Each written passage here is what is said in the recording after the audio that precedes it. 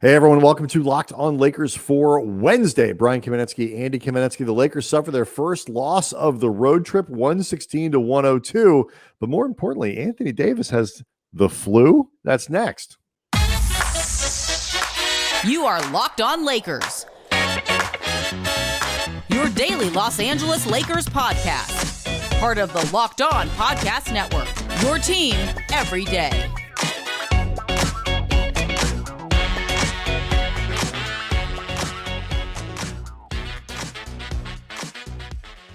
Thanks to everybody for making Locked on Lakers first listen of every day, Monday through Friday, no matter how or where you get your podcasts. Always free, never behind a paywall, and Locked on Lakers on YouTube, which is now zoomed past the 9,000 subscriber plateau threshold, whatever it is. Hopefully not a plateau, wrong word.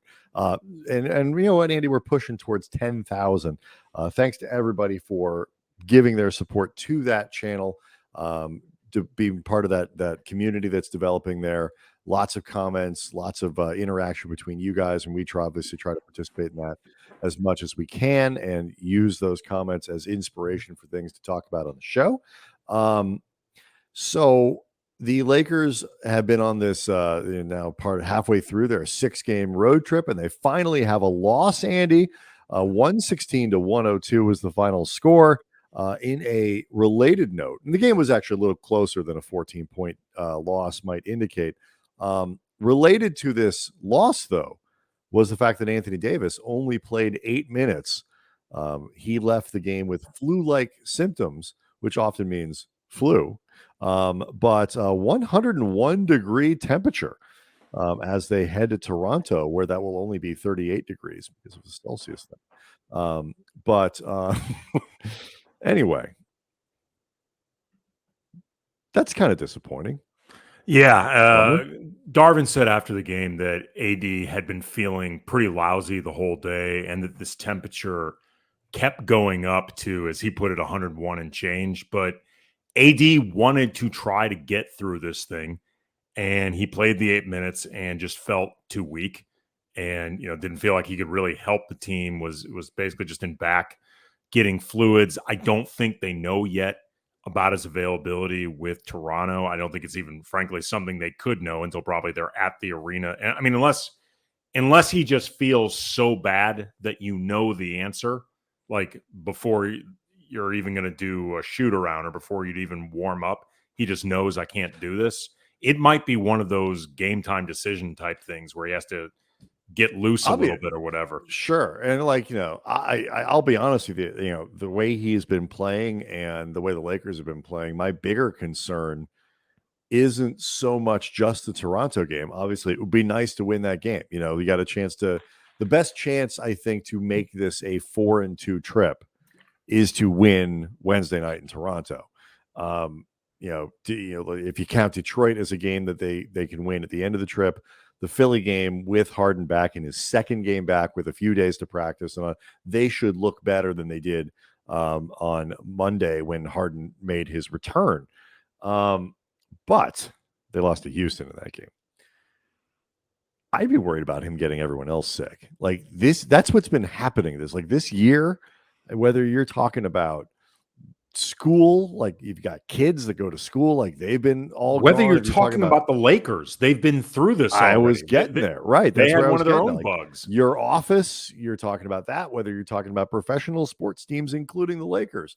Like these bugs are flying around, and the last thing the Lakers want to have happen, particularly while you're all on the road together and flying in airplanes and all that stuff, is for Anthony Davis to make everybody else sick. So if he's still running a temperature or something tomorrow, don't just keep him away from everybody else. Quarantine the dude and take your chances and try to steal a game without him, because I'd be more concerned, like I said, about like turning this into some sort of bug that takes out guys like it did a couple weeks ago or whatever it was, where this drip and drizzle of guys missing 2 or 3 games all over the place. Yeah, I mean, we already saw earlier what happened in the season when LeBron was not feeling well, on top of the other like injury issues that he dealt with. But LeBron started part of this season pretty visibly feeling under the weather.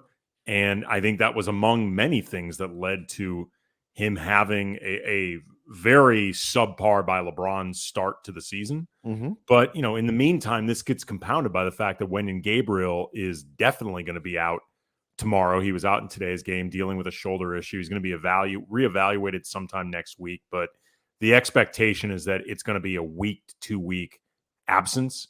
So you're taking away Anthony Davis, and you're also taking away one of his primary backups, depending on the matchups and the way the Lakers wanted to play.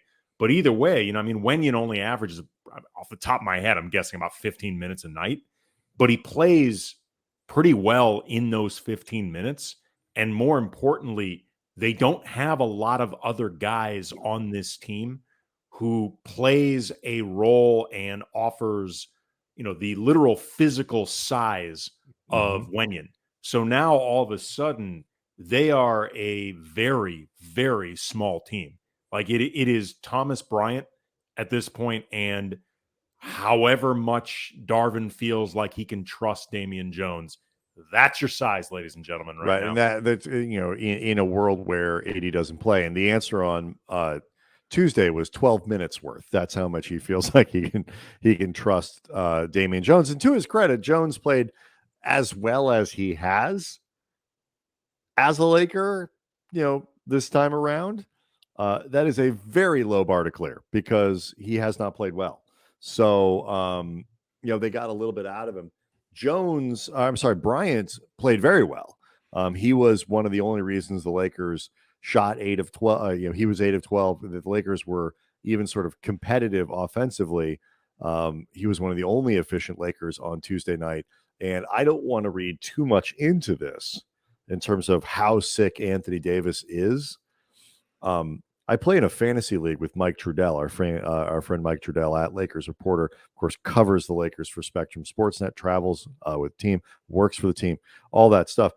Andy, he picked up Thomas Bryant off the waiver wire in our fantasy league. So that tells me, I don't know, but that made me nervous. It did genuinely make me nervous when we see, him reporting that, that AD was out with flu-like symptoms, and then 30 seconds later I see that he picked up Thomas Bryant. I'm like, how long? I actually texted him, how long is this flu gonna last? Look, man, without getting too deep into the weeds of your fantasy league that nobody else gives a rat's ass about, this league is so not just cutthroat competitive, but frankly nerdy as all get out. Mike might have been just picking up Thomas Bryant for one day, so I wouldn't read too much into this. Really, it's a league made up of people who are super nerdy about the NBA and take this league way too seriously. So all of those things are true. So, all right, let's talk a little bit about the starting lineup, and let's talk about actually what happened to some degree in Tuesday's game, because while the Lakers lost, Andy, I actually didn't think it was anything to get particularly discouraged about, particularly given the conditions they were playing under. So we will get into all that stuff next. Locked On Lakers brought to you by Prize Picks. If you have not played Prize Picks yet, signed up for it yet, Laker fans, you are missing out on daily fantasy made easy. Prize Picks has the best NBA DFS prop game on the market. They offer more NBA props than any other DFS prop operator, superstar players, as well as bench players. Pick 2 to 5 players and predict whether they will notch more or less in their Prize Picks stats projections. And Prize Picks offers projection on every sport from NFL to women's college basketball to golf. Use the award-winning app on both the App Store and Google Play. Entries can be made in 60 seconds or less. It's safe. It's fast withdrawals. Download the PrizePicks app or go to prizepicks.com. Sign up, play daily fantasy sports. First-time users can receive a 100% instant match deposit up to $100 with the promo code Locked On. So if you deposit $100, PrizePicks will give you $100 to play with. But don't forget to enter the promo code Locked On at the sign up for the instant match. If you are not playing PrizePicks, you don't know what you're missing. So we'll talk about the lineup choices. Darvin Ham is very much sticking with Patrick Beverley in ways that are giving Lakers fans strong Frank Vogel, Avery Bradley vibes. So we'll do that here in a second. But I did want to mention just, talking about the actual game itself, because I at least thought it was a pretty encouraging effort for the Lakers. And I mean that literally. It literally was mostly effort that kept them in this game, playing shorthanded without Anthony Davis, without Wenyen Gabriel, which matters, especially when you're playing without Anthony Davis. I mean, Cleveland kept making these little runs and would get up 6, 7, 8 points. And you'd be like, okay, this is where it's going to go. And it wasn't really until the end of the fourth quarter with one big push that Cleveland truly put the game away. The Lakers were in it all the way up till, at least halfway through the fourth quarter. And it was not on a night where things were going well, Andy. They shot 16% from 3-point range. I mentioned the inefficiency from anybody who wasn't Thomas Bryant from the floor. They, from my estimation at least, stuck in this game basically because they worked their butts off. Yeah. I mean, the biggest issue I thought the Lakers had in this game with Cleveland was just dribble penetration that was creating incredible looks either for the guards themselves or for Jared Allen, who went 10 for 10 on his first 10 attempts. I mean, he was an absolute just monster in this game inside the paint. And, Jared Allen does not create shots for himself. No, like you said, he was the beneficiary of all that. Right. And a lot of that goes back to Anthony Davis's absence, whether you're talking about the inability to keep Jared Allen off the offensive boards, or whether you're talking about just trying to shut down these lob opportunities, or the guards, if they get past their original defender, which happened a lot in this game. That's something we're going to end up talking about in terms of the defensive backcourt with the Lakers right now. But it's a lot different getting into that lane with Anthony Davis as the last line of defense versus, Thomas Bryant or Damian Jones. I mean, Damian Jones is very, rusty and out of sorts and just has not been effective this year at all. And Thomas Bryant's really energetic defensively, but he's not a rim protector. That's not what he does. So I think in a lot of ways, and this is something that I think the Lakers can look at honestly when they think about things that can be cleaned up versus things that were kind of beyond their control. Not having Anthony Davis there was or in the first 8 minutes of the game when Jared Allen was frankly outplaying Anthony Davis, but we know now that he was very sick, him not being 100% or being in the locker room drastically affects the Lakers in ways that I thought helped Cleveland out a lot and explains a lot of what went well for them in this game. Yeah, and the Lakers are who have been a very good offensive team over the last 10 games or so. If you'd have told me, Andy, that the Lakers were going to play most of this game without AD, who wasn't in there long enough to take a shot, and was clearly not feeling well, and we learned why. Like, if you're going to tell me that AD basically wasn't going to play, and that they shot 16.5% from 3-point range, I would have told you this game would have been over by halftime. Cleveland is one of the top teams in the Eastern Conference. They've lost once in their own building this year. And there was no reason that the Lakers should have been able to stick with them other than kind of confidence in what they're doing as a group. And I thought that really came through. Even in like the limited minutes that Jones played, for example, he was more productive in this game than he has been basically all year. Again, low bar to clear, but I do think that comes in part from the group kind of elevating and the group believing in what they're doing and all that stuff.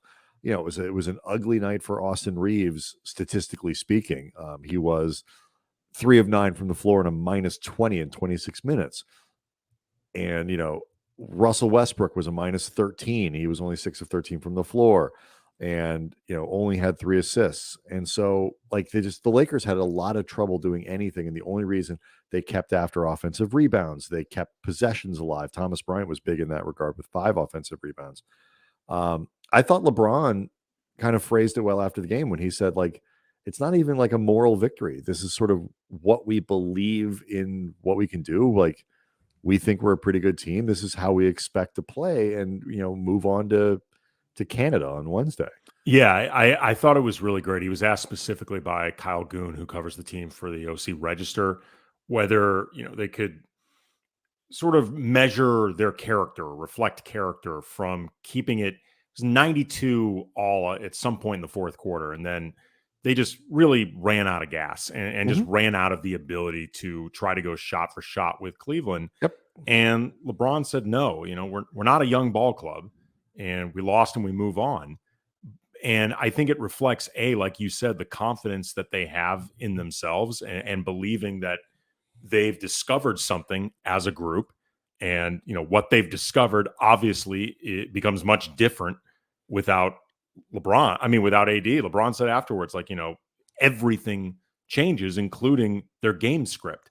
They had to change everything that they set out to do in this game without AD there because, as we've seen over the last couple of weeks, everything now revolves around that guy. But also, too, they're playing now at a level where they can feel like we're big boys. And in a big boy league, when you lose, you lose. And we're, as he said, we're not learning how to play. We may be learning how to play together, but we're not learning how to play. This isn't like the Rockets right now or the Pistons or a team like that. I do feel like, maybe you disagree, but I do feel like earlier in the season, there was a better chance. I don't think effort has not necessarily been a problem for the Lakers this year. No. But I do think there's a chance that this game gets away from them faster, given the same set of circumstances. Off shooting night, and the Lakers have shot the ball very well from 3-point. This is the first time in a while that the 3-point shot abandoned them like this on this scale for an entire game. I just feel like the same set of circumstances, they lose this game by significantly more or faster early in the year. And, it's bad luck. And this is, somebody mentioned this to us on Twitter at Cam Brothers, like Anthony, guys get sick during the year. This happens to every team. And especially after stealing the first couple games of this trip, you look at it and you go, it's a shame that this happens. And now your chances of winning in Toronto are put in jeopardy because Anthony Davis might be sick and who knows, other guys might get sick. This is why it sucks to start off 2-10. It's one of those reasons it sucks to start off 2-10 because you eat up all the margin for, we didn't expect Anthony Davis to have the flu tonight, but he did, and we lost. And if you're playing, if you're 14-8, you can this game. The Lakers can't anything right now. No. But as Darvin said after the game, he was disappointed by the loss, but he wasn't upset because there was really nothing to be upset about in this game. And to the point you're making about how different this might have been, same scenario week 1 or week 2 of the season versus where we are now. The Lakers were up against one of the best teams in the NBA right now, period, missing their best player, by a long shot. Anthony Davis right now is the best player on this team, the way he's been playing the last few weeks. The Lakers did not revert towards looking like a bad team. I agree. They were not out there looking like they did earlier in the season where the energy was there and you could see what they were trying to do. And, early in the season, you could see the schemes that they were looking to run and you could see where the offense was looking to take shape. And the defense was there through a lot of energy and, AD playing out of his mind, but they often looked more incompetent at times than where they look tonight. Tonight, they didn't look incompetent. They looked undermanned. And that's a massive difference. Andy, Patrick Beverley is trending. Yeah, Pat Bev was trending tonight. Not good. We'll talk about that next.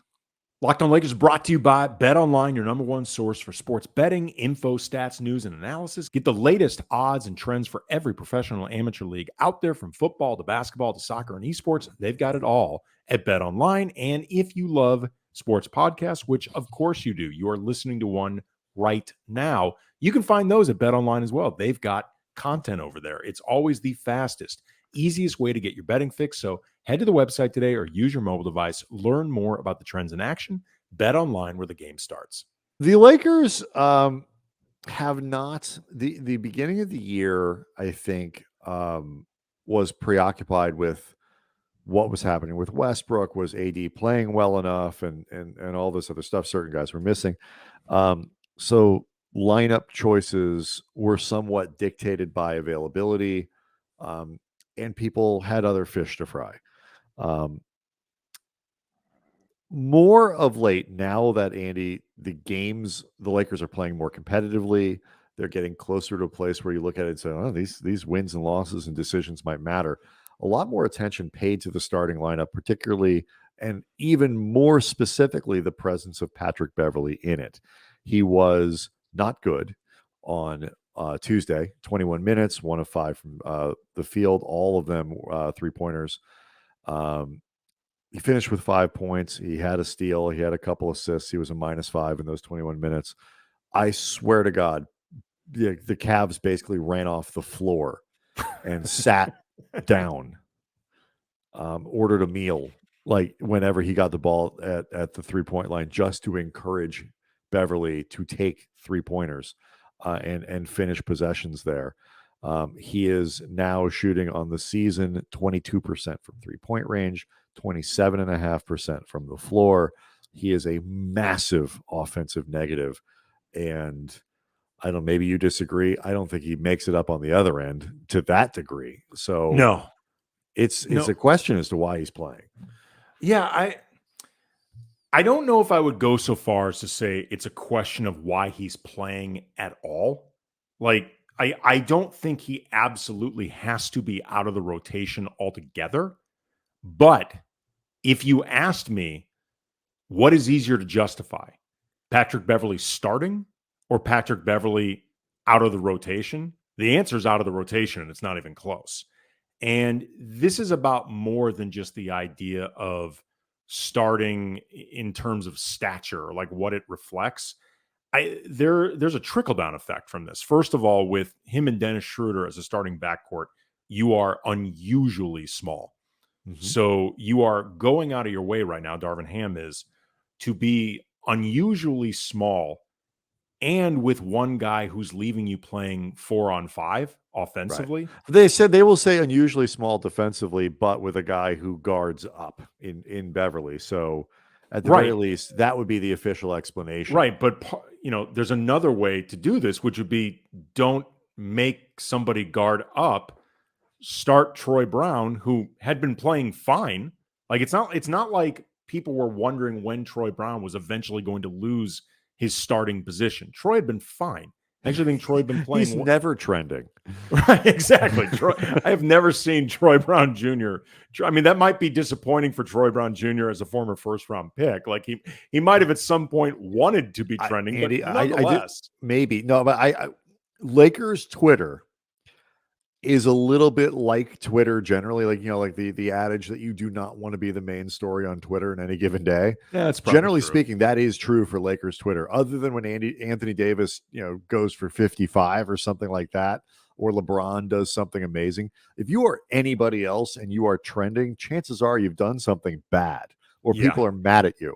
Yeah. So it's good that Troy Brown hasn't been trending. Yeah, and you are forcing yourself to not just guard up, but guard really up. Like, Lonnie Walker is often guarding up in certain matchups because, he may be one of the Lakers' biggest guards. And he's got some decent length, but the reality is he's not a big guard. Austin Reeves often has to guard up, but those guys are guarding up from a place of 3 to 4 inches taller than Patrick Beverley.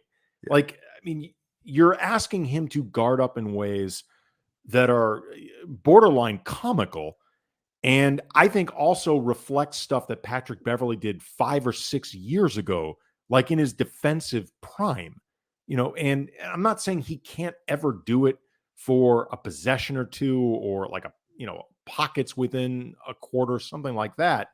But as a strategy, he's not such a good defender anymore. He's clearly not bad, but he is not locking dudes down or creating such an overall defensive impact, like a positive defensive impact, that you're willing to look past, what he doesn't bring offensive. Like, very typically when you see, sort of that 4-on-5 type lineup that, teams do that in the past. Typically, the guy that doesn't score is the true defensive wing.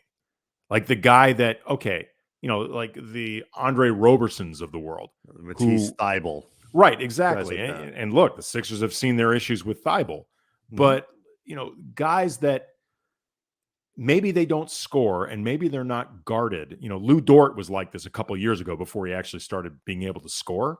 But what they could do defensively and the versatility they could bring defensively was so uniquely valuable that you could look past it. Like the Lakers are often falling down early in games.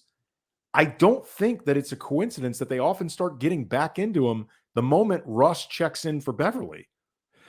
And I want to make it clear, I'm not putting no, but the problem is it's hard to play everything. It's hard to play both Beverley and Schroeder at the same time in the same starting lineup, and I don't think it's in this stretch where the Lakers have suddenly started to play very well, and the ratings are turning around for guys, and you see we talked about LeBron's relatively low net rating and all this other stuff. Like it's turning. Reeves is well above water. Bryant is well above water. Davis is, doing monster work as you would expect given his numbers. But even LeBron's Patrick Beverley and Schroeder have the two lowest net ratings for anybody who plays any minutes on this team over the last 10 games. And I don't know.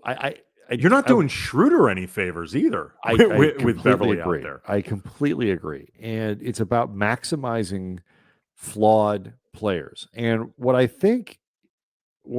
really would love to get insight into is, I mentioned before, like there's like a strong Frank Vogel, Avery Bradley vibe to this. Like Vogel played Avery way more than anybody could possibly figure out why, except for about a 12 game stretch during the year where Bradley actually was playing very well.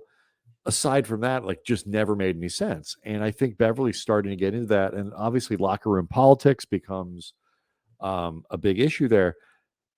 I don't know if that means a particular loyalty from Ham specifically to Beverly, or if it means in a veteran locker room, a LeBron-led locker room with Anthony Davis and Russell Westbrook and other guys like that they kind of feel like Beverly should play, and what they believe that Beverly brings an energy or an edge or something to what they're doing on the floor that has him playing. But there's something that is kind of going to keep him in the lineup that goes beyond performance and numbers. And sometimes that's fine.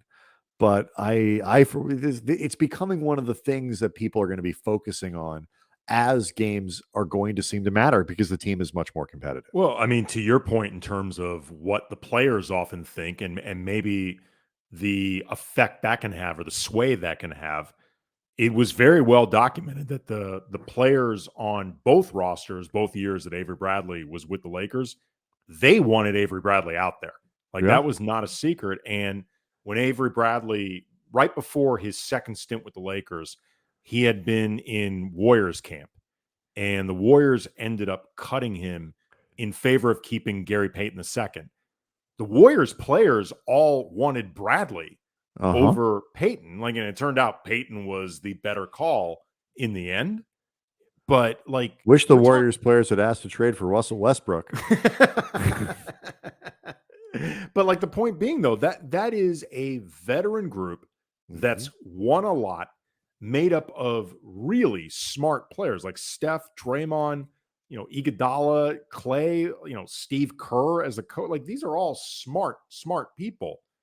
And there was a strong preference for Avery Bradley over GP2, even though GP2 clearly was the more useful player. And so this stuff happens. It's what I was supposed to say, that, and we can wrap here, but that's the thing that I think people ought to remember too, is it's not just my coach has a loyalty to a player that seems inexplicable. Part of what Ham is doing and what his job is to read the locker room, read his players. And that doesn't mean that if this is part of the reason that Pat Bev is on the floor, that he, it's he gets to stay there indefinitely because that's what the players want. But it does mean that it's not necessarily just Darvin's unending loyalty, inexplicable loyalty to a single player.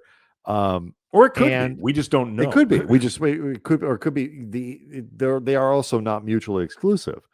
It just reached a point where even people smarter than me, Andy, who can really see things when they watch games that I might miss, are also wondering what Patrick Beverley is doing, with those minutes, and particularly in the combination that the Lakers have available to them. It's not just about individual players; it's about context. And in a different context, maybe Beverley would work for the Lakers better than he is right now, but that's not the context the Lakers live in. I mean, look, I feel like with this backcourt with him and Schroeder, you have to pick one. And to me, the one you would pick is obvious. It's Schroeder. And I say this as somebody who has said, listeners who go back to when we took over this show will have heard me say many times, because Dennis has now been here for 2 stints. I don't think Dennis Schroeder is an ideal starting point guard. He's not somebody that I would want starting for my team. He's the obvious choice over Patrick Beverley if you got to choose one. Like, I don't even think it's debatable. I just think you need somebody who can get downhill. And part of the reason Russ makes such an impact is because he comes in and he immediately starts attacking the rim. And it is helpful to have that in a starting backcourt. And Troy Brown, I feel like, you're not losing much there. All right. We'll see what happens on Wednesday, whether or not Anthony Davis plays, what he looks like if he does, and how the Lakers fare, because man alive, they could steal this one on Wednesday night. You are guaranteed at worst a 500 road trip with Philly and Detroit remaining.